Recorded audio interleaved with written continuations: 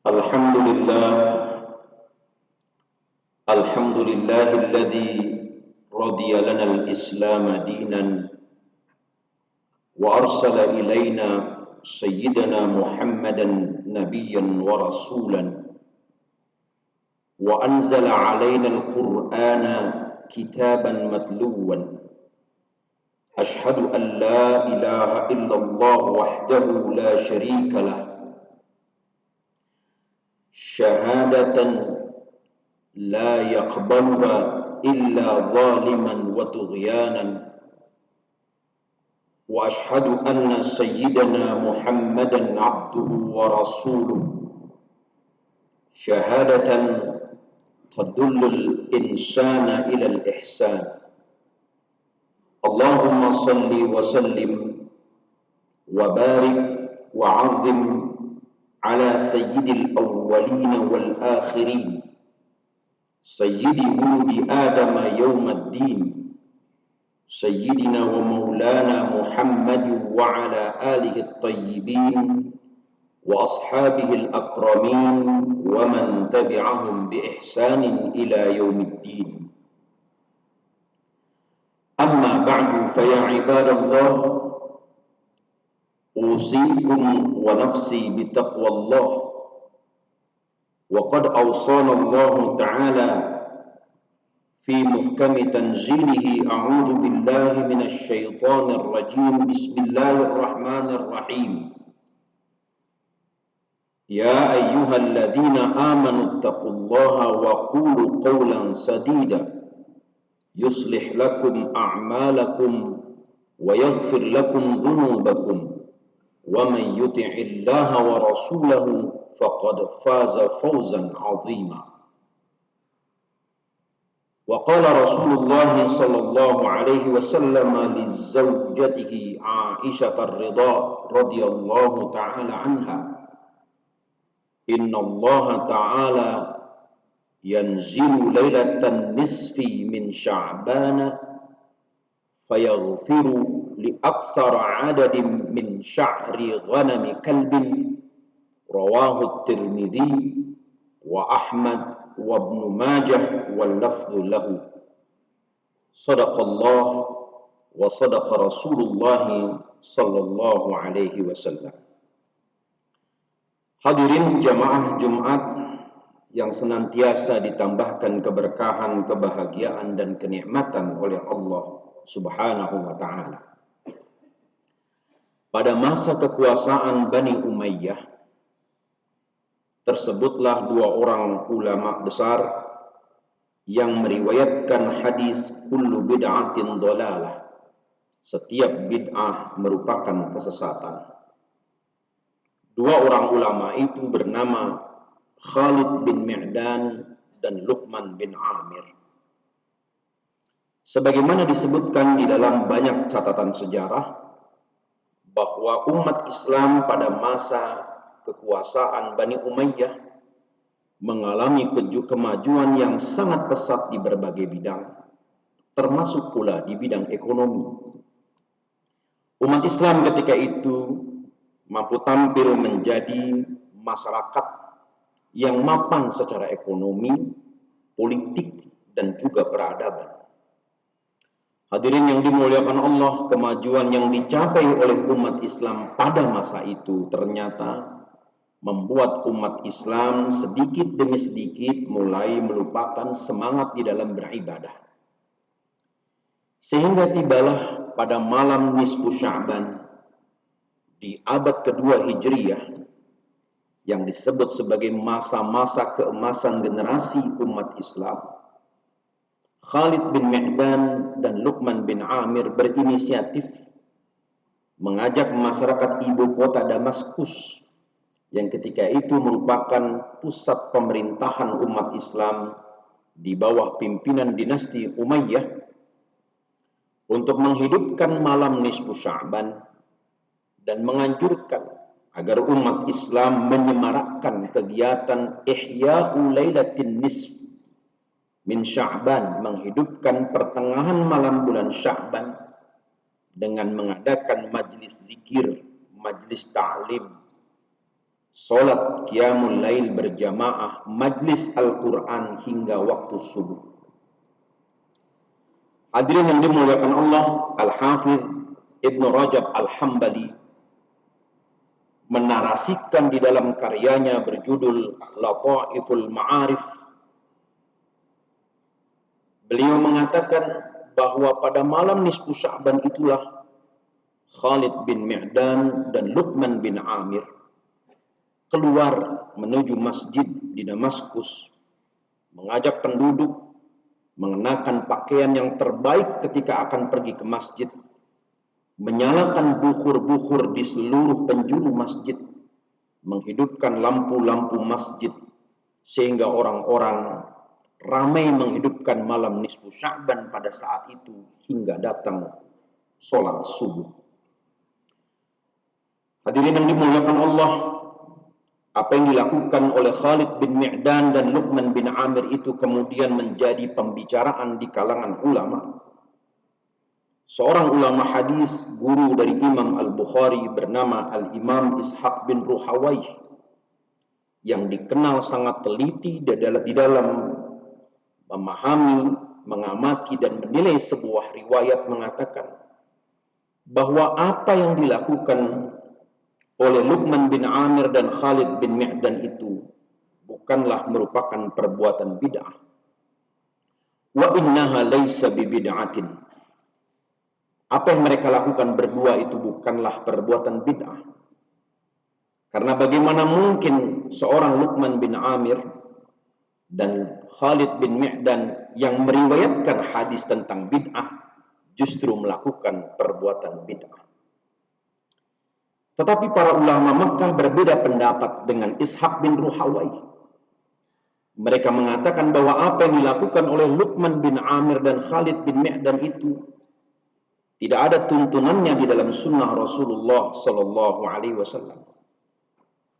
Perbedaan cara pandang di dalam memahami riwayat pada abad-abad awal umat Islam itu merupakan sesuatu yang lumrah, karena memang pada masa-masa itu kitab-kitab hadis belum dikodifikasi sebagaimana yang kita saksikan saat ini. Para ulama tidak semuanya mengetahui riwayat yang beredar dari Rasulullah Sallallahu Alaihi Wasallam. Belum dilakukan kompilasi sebagaimana yang dilakukan oleh Ibnu Katsir dengan mengumpulkan semua sanad dan riwayat, lalu kemudian menjadi satu karya yang berjudul Jami'ul Masanid wal Athar dengan tebal 35 jilid.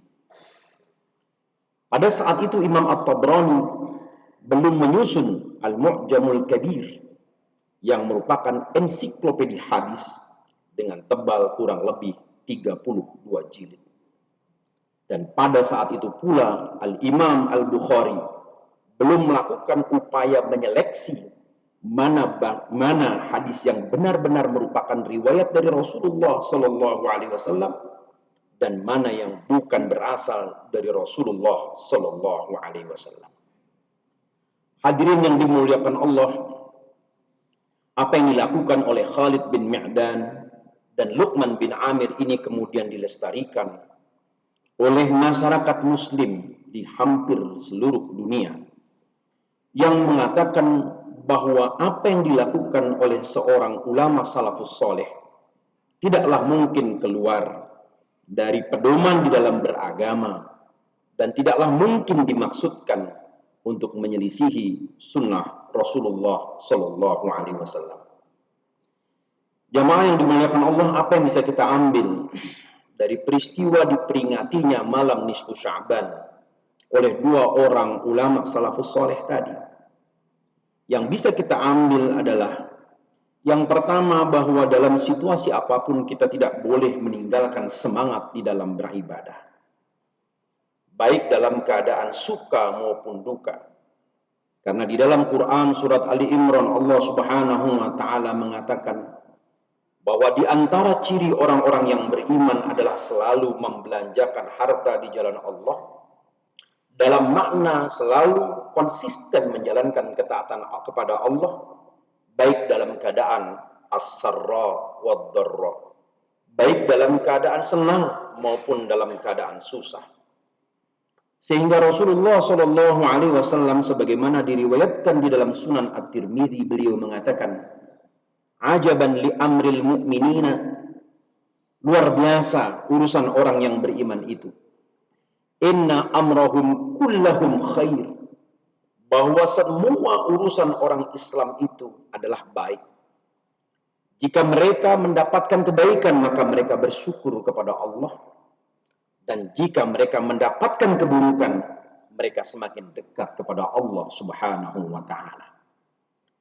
Hadirin yang dimuliakan Allah Subhanahu wa Ta'ala, semangat beribadah yang digalakkan kembali oleh Khalid bin Mi'dan dan Luqman bin Amir ini semata-mata dilakukan untuk mengamalkan apa yang dikatakan oleh Rasulullah Sallallahu Alaihi Wasallam di dalam hadis yang diriwayatkan oleh Imam Al-Bukhari. Badiru bis salihah fasatakunu fitanun kaqat'il lailil muzlimi yusbihu rajulun mu'minan wa yumsi kafiran wa yumsi mu'minan wa yusbihu kafiran yabi'u dinahu bi'aradin minad dunya. Segeralah kalian melakukan amal baik sebelum datang fitnah yang membuat kalian sulit untuk membedakan antara yang baik dengan yang buruk. Karena nanti akan ada satu fenomena di pagi hari seseorang dalam keadaan beriman, sore hari dia dalam keadaan kufur, sore dia dalam keadaan beriman, dan pagi hari dia berubah menjadi kufur karena menjual agama untuk mendapatkan kenikmatan dunia. Hadirin yang dimuliakan Allah Subhanahu wa Ta'ala, di antara tanda kiamat yang paling besar adalah wafatnya Rasulullah Sallallahu Alaihi Wasallam. Dan itu merupakan fitnah terbesar bagi umat Islam, ditinggalkan oleh seorang nabi, ditinggalkan oleh seorang panutan. Tidak ada lagi orang yang menghargai simbol-simbol agama. Sehingga Rasulullah Sallallahu Alaihi Wasallam mengatakan bahwa pasca beliau wafat pasti akan terjadi banyak fitnah. Dan fitnah itu adalah mulai mengendurnya semangat beribadah umat Islam.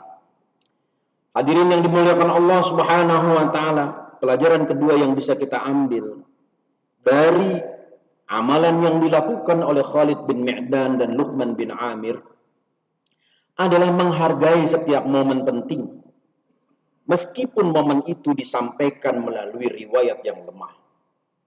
Karena bagaimanapun juga, sebuah hadis yang lemah dipandang dhaif oleh sebagian ulama, bukan berarti hadis itu diabaikan dan bahkan dinista sedemikian rupa. Hadirin yang dimuliakan Allah, jika kita mempelajari karya-karya fikih para ulama, seperti karya fikih dalam mazhab Syafi'i dan bagaimana pendapat Syafi'iyah ketika menilai satu amalan, maka tidak sedikit amalan-amalan yang direkomendasi oleh para ulama seperti Al-Imam Asy-Syafi'i justru berbasis kepada hadis dhaif. Ini menjadi pertanyaan besar, kenapa seorang ulama selevel Imam Asy-Syafi'i yang tahu kualitas riwayat, hafal ribuan hadis, pandai dan cermat di dalam melakukan istinbat, menarik kesimpulan hukum, pandai menempatkan dalil atau istidlal, justru menjadikan hadis dhaif sebagai argumentasi. Ada pertimbangan yang dimiliki oleh Imam Syafi'i yang mungkin belum cukup untuk kita pahami karena minimnya perangkat yang kita miliki untuk memahami bagaimana metodologi yang digunakan oleh para ulama fikih tersebut. Tetapi para ulama justru melihat bahwa satu amalan meskipun dia berasal dari hadis dhaif, tetapi ada maqasid, ada tujuan penegakan syariat, ada tujuan ihya'us sunnah di balik hadis-hadis yang diriwayatkan secara dhaif itu. Lagi pula, penetapan satu hadis itu sahih, dhaif, hasan, dan palsu merupakan ranah ijtihad yang dimiliki oleh para ulama sesuai dengan kapasitas dan kemampuan yang mereka miliki. Ada hadis yang dianggap sahih oleh seorang ulama seperti Imam Al-Hakim, tetapi dianggap dhaif oleh ulama yang lainnya. karena alasan-alasan yang bersifat ilmiah. Ada hadis yang dinilai dhaif menurut satu orang ulama, tetapi menurut kebanyakan ulama, hadis itu dianggap sahih dengan pertimbangan-pertimbangan tertentu. Hadirin yang dimuliakan Allah, maka tidak pantaslah bagi kita generasi akhir zaman ini kemudian mempertanyakan kapabilitas dan akurasi serta ijtihad dan niat baik yang dilakukan oleh para ulama sebelumnya. Tugas kita saat ini adalah bagaimana menjaga semangat beribadah di tengah arus materialisme yang demikian dahsyatnya, yang membuat kita saling berkelahi satu sama lain, yang membuat kita saling curiga satu sama lain, dan membuat kita saling melempar narasi-narasi kebencian di antara sesama kita. Kepada Allah lah kita semuanya meminta pertolongan. Dengan hati yang bersih dan tulus, kita sambut datangnya bulan Ramadan yang sebentar lagi akan kita jalani. Semoga dengan kebersihan hati, kebeningan jiwa, kita bisa mereguk hikmah-hikmah Ramadan yang barangkali ini merupakan Ramadan terakhir bagi kita. Dan dengan harapan, semoga kita masih diberikan kesempatan oleh Allah untuk berjumpa dengan Ramadan berikutnya. Bismillahirrahmanirrahim. Wal 'asr innal insana lafi khusr illa alladhina amanu wa 'amilus solihati wa tawasaw bil haqqi wa tawasaw bis sabr. Barakallahu li wa lakum fil Qur'anil hakim wa nafa'ani wa iyyakum bima fihi minal ayati wa dzikril hakim. Aqulu qawli hadza astaghfirullahal 'azim li wa lakum wa lisairil muslimina wal muslimat wal mu'minina wal mu'minat fastaghfiruhu innahu huwal ghafurur rahim.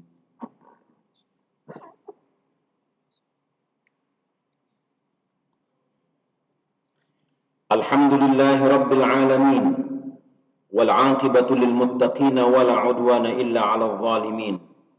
Ashhadu an la ilaha illallah dzul jalalil mubin wa ashhadu anna sayyidana Muhammadan 'abduhu wa rasuluhu shadiqul wa'dil amin. Allahumma salli wa sallim wa barik ala hadzal nabiyil karim alladhi hadana ila siratillahil mustaqim wa ala alihi wa ashabihi alladhina iqtadaw bimanhajin qawim wa man tabi'ahum ila yaumiddin, amma ba'd. Fa ya ibadallah, usikum wa nafsi bittaqwallah wa qad faza man ittaqa li anna Allah ta'ala wa'ada al-muttaqina bil jannah. Kama qala ta'ala fil Qur'anil Karim, bismillahirrahmanirrahim, wasari'u ila maghfiratin min rabbikum wa jannatin 'arduha as-samawati wal ardu u'iddat lil muttaqin. Wa'lamu anna Allah ta'ala amarna bi amrin bada'a bihi bi nafsihi wa sanna al malaikatul musabbihuna 'ala qudsihi. Wa qala ta'ala wa lam yazal qailan 'alima inna Allah wa malaikatahu yusalluna 'alan nabi.